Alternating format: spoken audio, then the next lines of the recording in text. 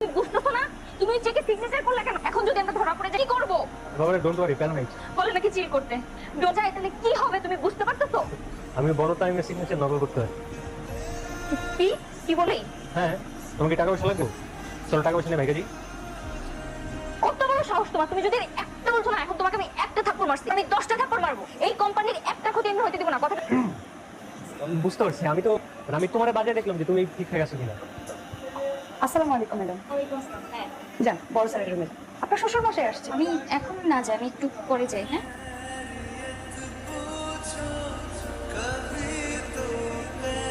কেউ স্যার আসলে কাকে আমার ছেলে বানিয়ে তুমি ড্রামা করে যাচ্ছ? এই যে অন্যায় করছো এটা বোঝো? জি। এই কঠিন শাস্তি পেতে হবে। কি শাস্তি? তোমার বাবার মোবাইল নাম্বারটা দাও। দাও বলছি। বলো। 017